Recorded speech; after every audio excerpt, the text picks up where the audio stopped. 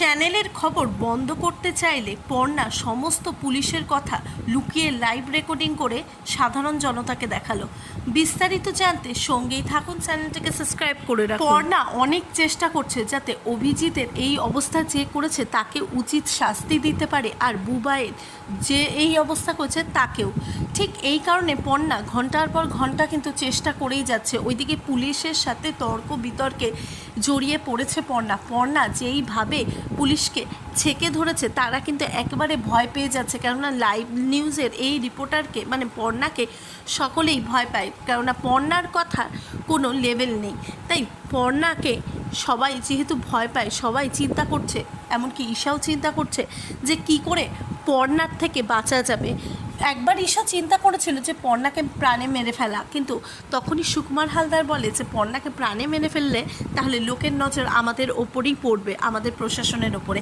এরপরে কিন্তু যখন প্রেস কনফারেন্স শেষ হয়ে যায়, যখন পর্ণার সাথে পেরে উঠতে পারে না, তখন কিন্তু তারা ভেতর থেকে চাপ দেওয়া শুরু করে।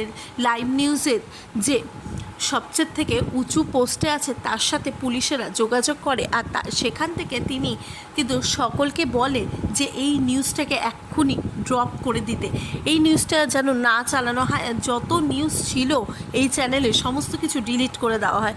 তাতে পর্ণা ভাবে যে সত্যি সত্যি এই সব করলে তো কোনো মতেই তাহলে আর বুবাইকে আর অভিজিৎকে কিন্তু ন্যায় দেওয়া যাবে না। তাহলে শেষমেশ পর্ণা বলে যে আমাকে একটা উপায় বের করতেই হবে। তারপরে পর্ণা চিন্তা করে যে কি করা যায়।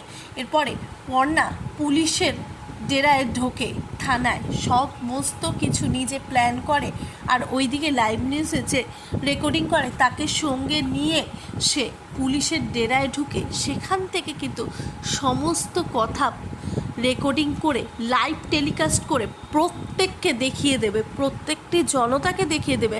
তাহলে শেষ পর্যন্ত কি লাইভ নিউজ বন্ধ করার পরিবর্তে প্রত্যেকটি জনতা পর্ণার পাশে এসে দাঁড়াবে? এতটা অন্যায় সহ্য করতে পারবে সাধারণ লোকেরা, নাকি রুখে দাঁড়াবে? কি হতে চলেছে? পর্ণা কি পারবে আহিরকে শাস্তি দিতে? সেটি জানতে গেলে চোখ রাখতে হবে জি বাংলার পর্দায়। আর এই বিষয়ে আপনাদের কি মতামত?